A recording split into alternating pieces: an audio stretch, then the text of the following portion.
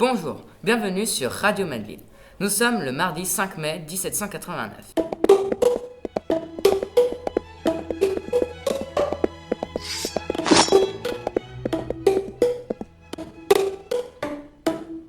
Aujourd'hui, c'est le grand jour. Le roi Louis XVI va accueillir les États généraux à Versailles. En effet, depuis le 8 août de l'année dernière, les tensions ont commencé à éclater partout en France. Le prix du blé est monté en flèche à cause de la météo qui se dégradait de jour en jour. De plus, on nous informe que le roi a de grosses dettes qui s'élèveraient jusqu'à 117 millions de livres. Donc, pour calmer la foule, le roi a envoyé des lettres de convocation pour les États généraux qui devaient écrire leurs plaintes dans des cahiers nommés cahiers de doléances. Nous avons d'ailleurs sur place un envoyé spécial. Arthur, où êtes-vous ? Oui, c'est à ce jour que les États généraux n'ont pas été rassemblés depuis 1614. Une salle provisoire à colonnes a été érigée derrière les menus plaisirs de l'avenue de Paris. La salle est minuscule. Les députés sont impatients de commencer la réunion. Ils espèrent tous que certaines règles changeront.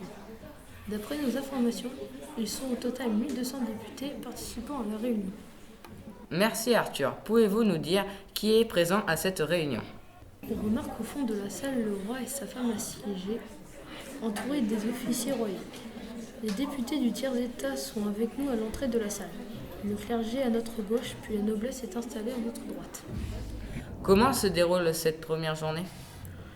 Le roi Louis XVI a ouvert la réunion par un discours, où il s'est déclaré être le premier ami de son peuple. Il précise que les États généraux sont réunis à sa demande et que lui seul serait juge de décider de ce dont ils devront débattre. Puis Necker, ministre des Finances, a présenté la situation économique du royaume dont le déficit budgétaire est de 56 millions. Cela fait 2 heures que ces discours ont débuté. Ils sont beaucoup trop techniques sur la dette et les manipulations financières qu'il conviendrait de mettre en place. La grande majorité des députés s'est endormie. Cette première séance se clôture, donc de manière décevante pour les députés.